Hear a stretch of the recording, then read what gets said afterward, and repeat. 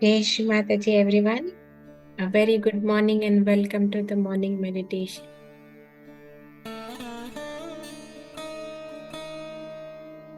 Let's all in complete humility and surrender bow down to Shri Mataji and seek permission for meditating collectively online. We then raise our Kundalini and take bandhans.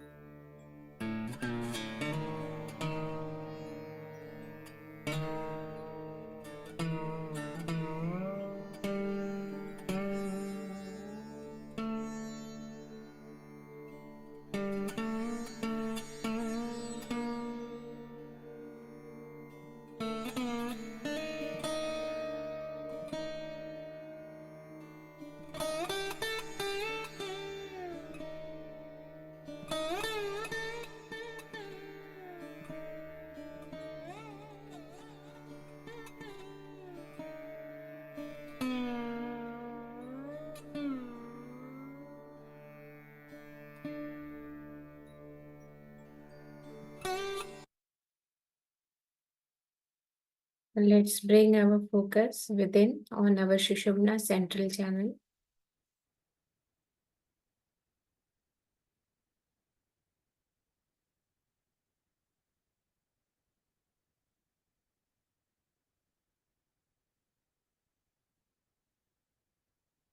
Both our hands on Mother Earth. O Mother Earth, Sakshat Shri Adi Bhumi Devi, thank you for sustaining us.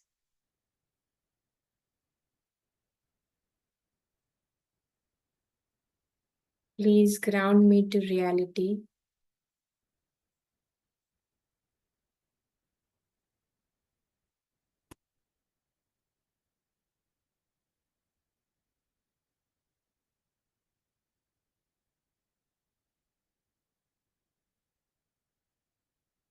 Please help me clear my Mooladhara chakra.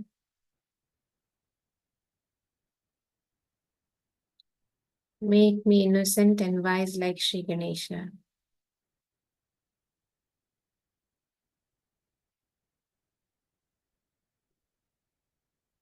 Invocation to Shri Ganesha.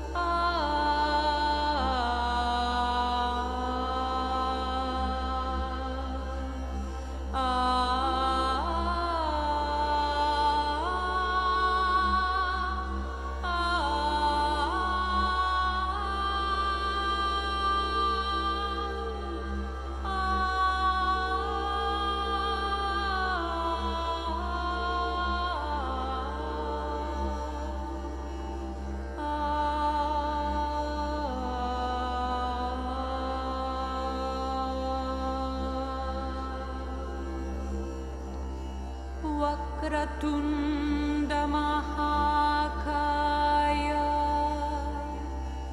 सूर्यकोटि समप्रभा निर्विघ्नं कुरु मे देव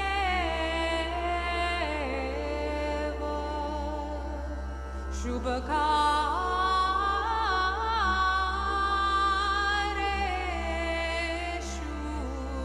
सर्वदा ॐ त्वमेव साक्षात् श्री गणेश गणेश गणेश साक्षात् श्री आदिशक्ति माताजी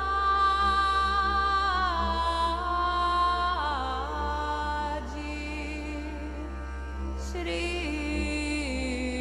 निर्मला देव्ये नमो नमः।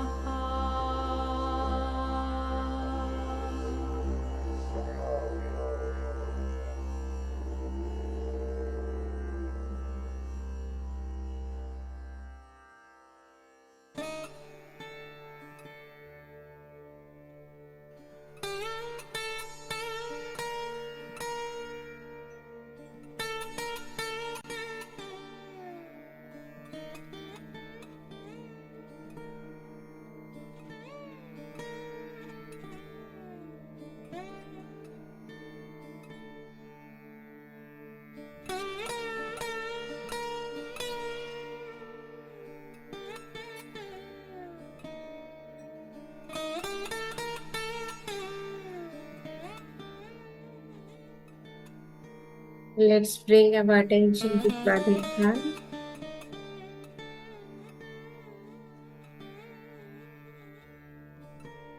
Shri Ganesha.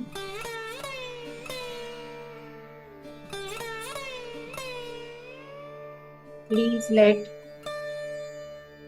the light of your innocence reflect in my attention.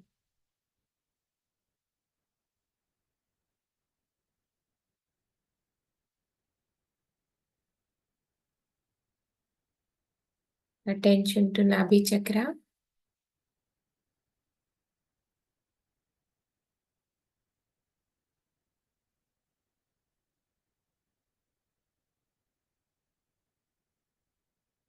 Let our attention move around the void 10 times.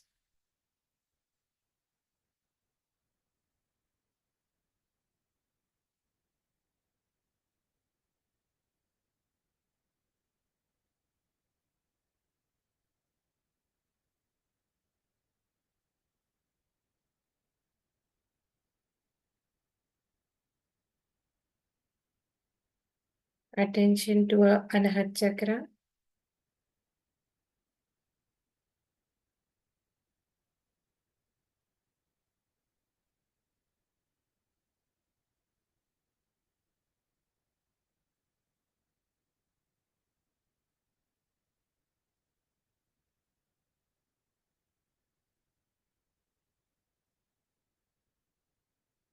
Attention to Vishuddhi Chakra.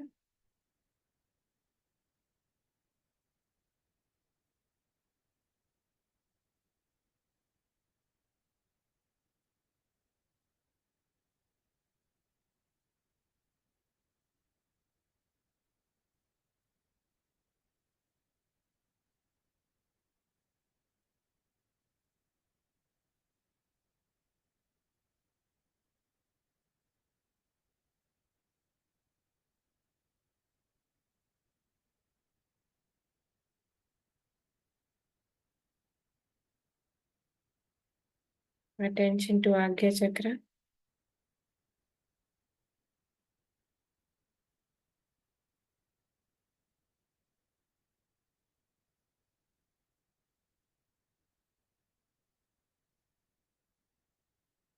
Shri Nirvicharita.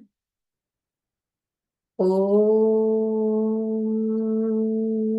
Tvameva Sakshat Shri Nirvicharita Sakshat Shri Adi Shakti Mataji Shri Nirmala Deve Namo Namah.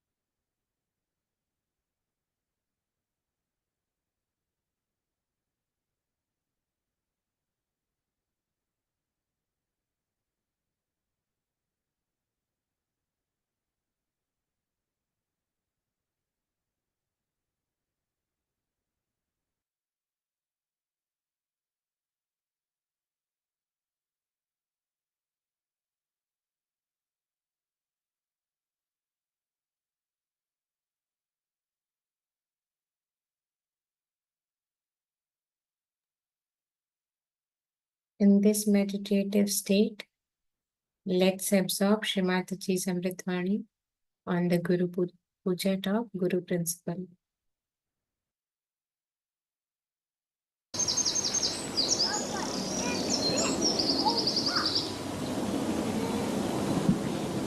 In the most auspicious time,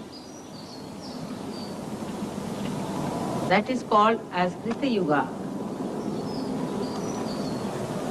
we all have assembled here to understand the ways and methods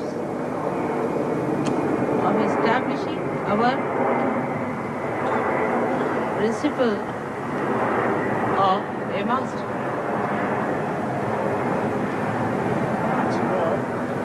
Krita Yuga. Krita Yuga means the time when you have to do something. Krita, when it was done.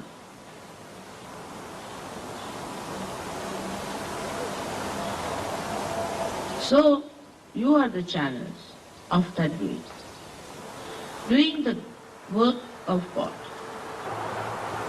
You are the channels of God Almighty and His power. On one side, you have to carry the dignity, the glory, and the assumption that you are a guru.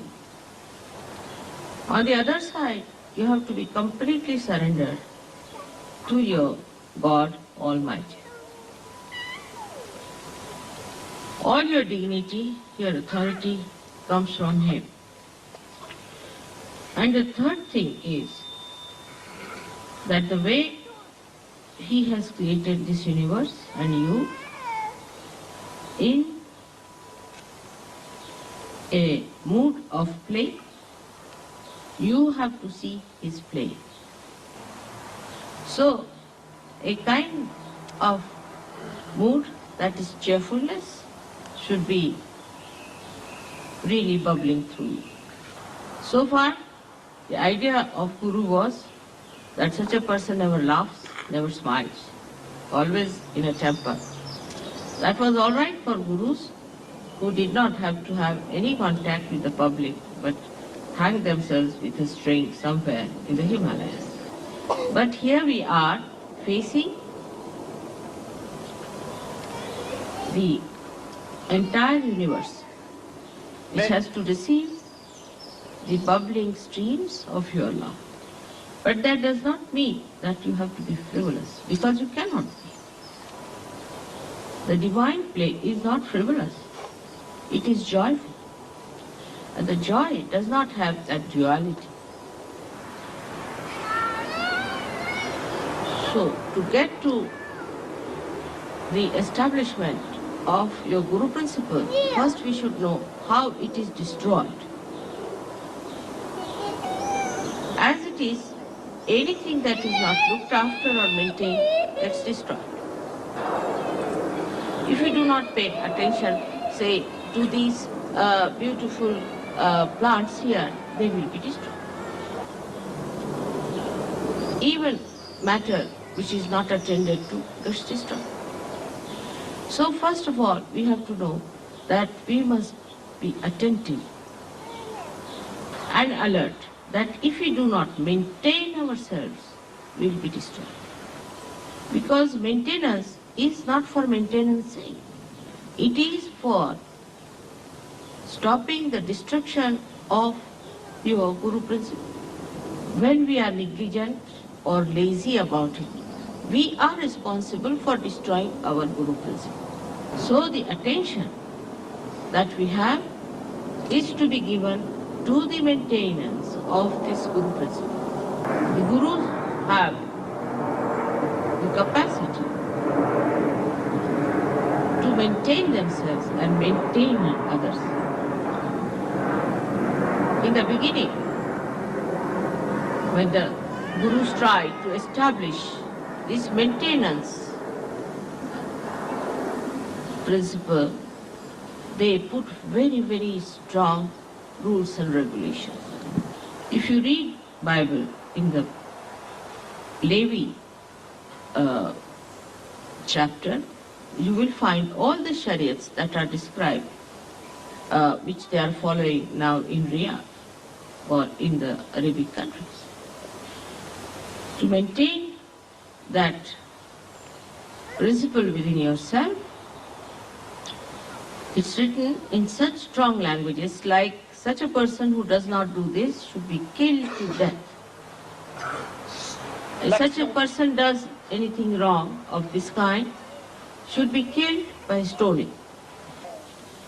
That was at the very beginning. So the people now at that stage of evolution required that kind of a fear.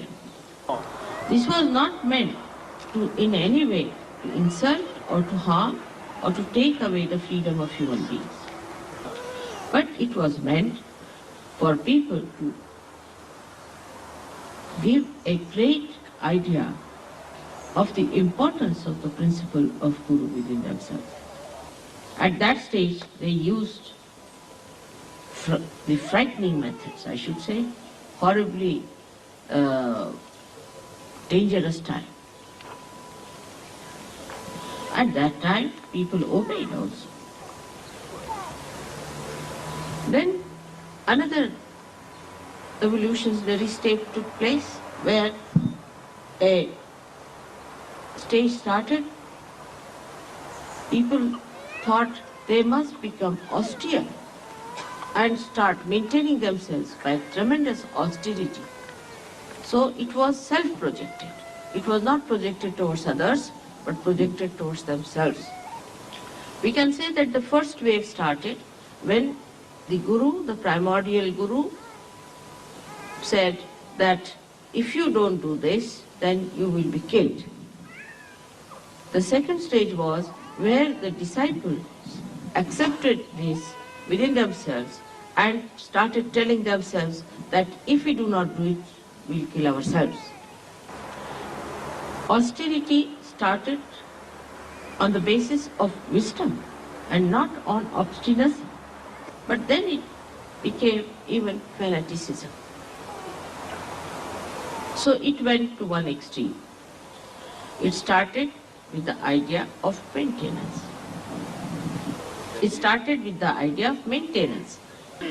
Maintenance itself became impossible, or perhaps they thought that they are not being able to maintain. They got confused, and to them rules and regulations became more important than maintenance itself. Thus you find they destroyed themselves. The wisdom or the essence of Guru Tattva is a balance. Like when you maintain a plant, if you do not give it water, it will die. If you give it too much water, it will die. So the wisdom lies in understanding how much water should be given to the plant so that it comes up at its best. Now this wisdom has to be achieved through your vibratory awareness. You are placed under the most fortunate circumstances that you are realized souls before your Guru Tattva is fully established. You have all the powers that any Guru can aspire without having the establishment of Guru Tattva. Especially you are under the complete blanket of the clouds of your mother's love. But in no way mother's love is going to allow you to destroy your Guru principle. As I told you that Guru principle is a very sensitive thing and is destroyed if you yourself do not try to maintain it. First of all, the destruction starts from the very source of our being. I mean to say that our being is created by 5 elements. And the 5 elements have a capacity all the time to get destroyed. Any one of these elements, if they are not looked after, they get destroyed. That is the built-in capacity of the elements or of the matter, as you can say. So to maintain them is important. Some people have an idea that once you become a guru, you need not maintain everything, it is maintained by itself. It is not. I agree that the spirit definitely enhances the beauty and the health of these elements. But at the human level, there is always a greater force that is trying to destroy it. So till we have completely become the spirit, there is always a chance of this destruction working it out. One may say, why this balance needed? And this is an important question which we should be able to answer all the people who ask us. Without the balance, you cannot ascend. If you cannot ascend, what's the use of our becoming human beings? For example, everything is God, but nobody is aware. At the human level, you become aware. Means everything exists. Everything is there, but it is not aware. Say there is a stone, that is also God, but it is not yet aware.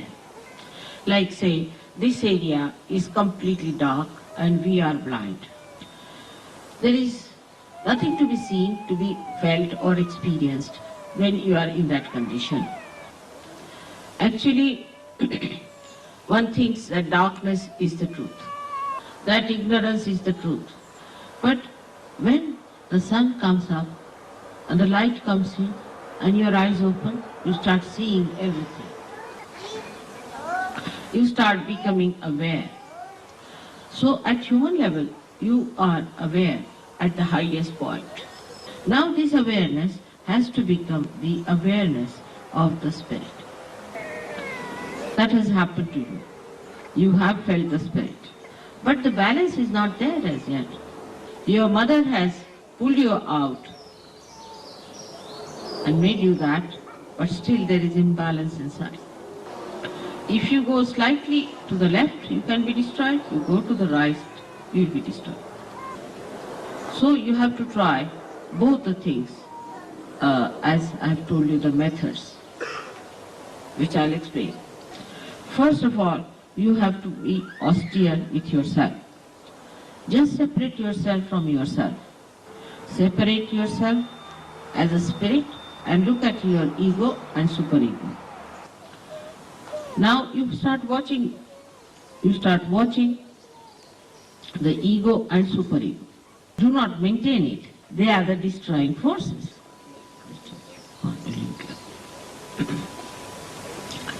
Now when you see the play as a witness of these destroying forces, you will know how to also maintain yourself better.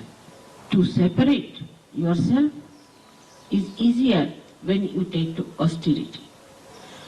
The worst thing that elements have done to you is that you have formed habits, all kinds of hangs-up. Some people are fond of bathing, some people are fond of not bathing.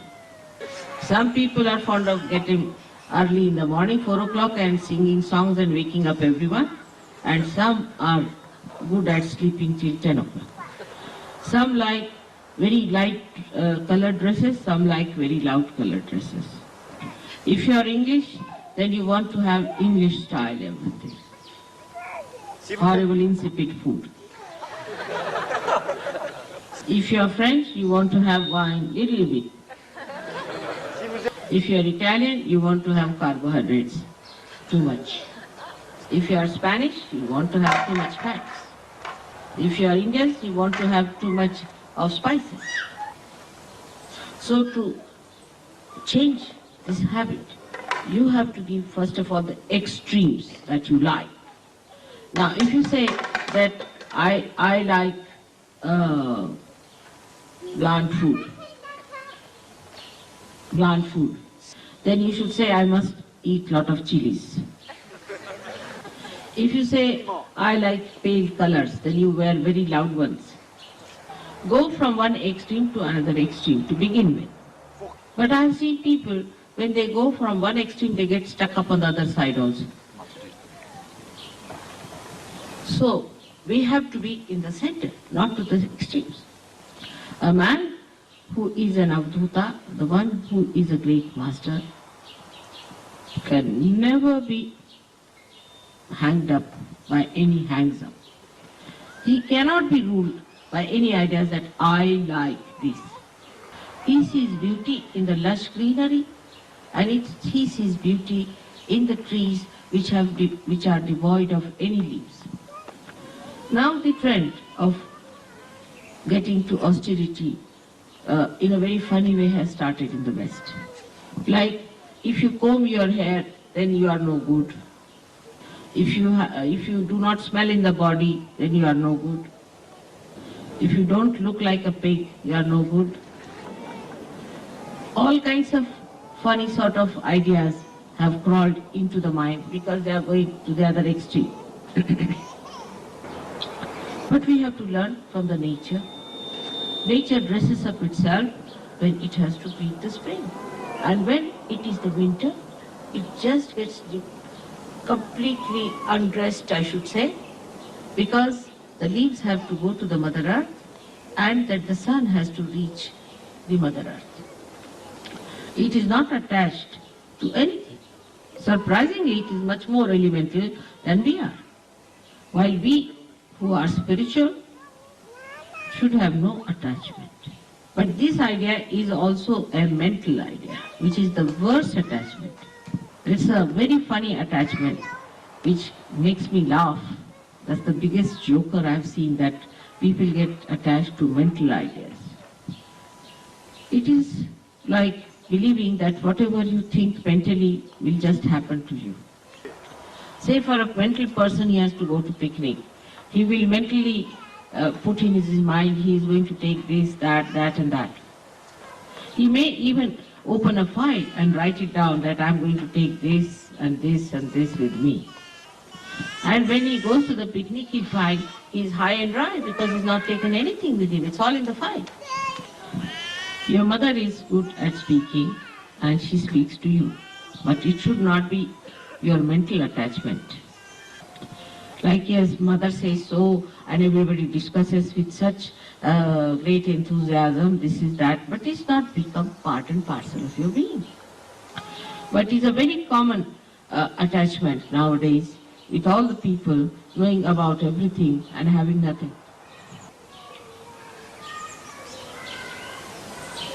This mental attachment is to be really attacked. Becoming is seeing. Becoming is experiencing. Becoming is seeing, it is experiencing. Like, if I have to come to this place, I must come and see it. If only I have thoughts about it and mental idea, mental picture, it is no good. It's not mine. It's not the truth. So when you become aware, actually what happens? That you see it yourself. So let us see. Get out of that mental conception that you know already about it. You do not know, because what you know is just mental. That should be a part and parcel of your being. Now how to do it? Some will say that we'll just go on being austere about it. Then that will become again another obsession. Some will say, all right, mother has said we should enjoy, so we'll just enjoy. How to strike the balance is the big problem, but should not be with people who have vibratory awareness. In that also you can be obsessed. I have seen people talking as if they are all great Sahaja Yogis and no vibrations, and saying they are getting vibrations. It is so deceptive. So one has to think that we have to go further and see more and more and know about it. But if you then ask a French, how are you? Then under the influence of this they say, like this. That means they are always in imbalance. You ask an Englishman, he'll say, don't know. Or they say, I know. There's nothing in between. Now, we have to understand that we are carrying a light in our hand. And the light should not shake. We have to hold the light tight. And we should have a concentrated attention towards the maintenance of the light. And then to tell yourself that we have to see, not to just understand mentally, is to be actually aware, because you are complete otherwise. You are the part and parcel of the whole. You are. But only think that you have not yet seen that.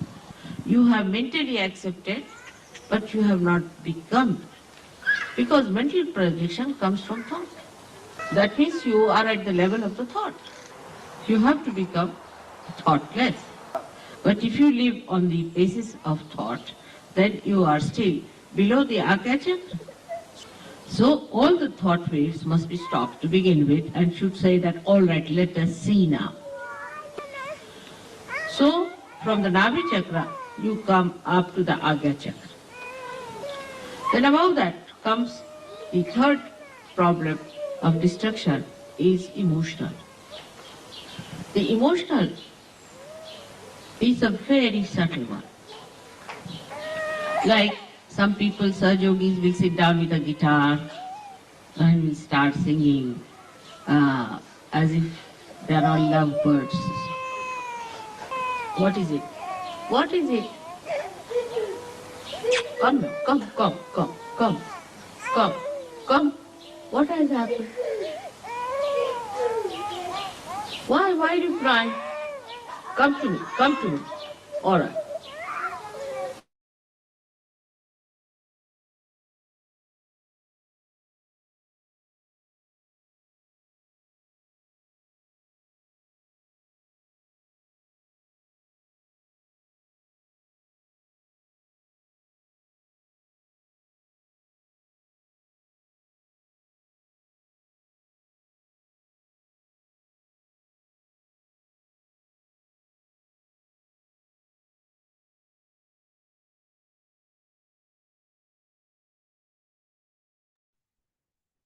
Let's be in meditative state.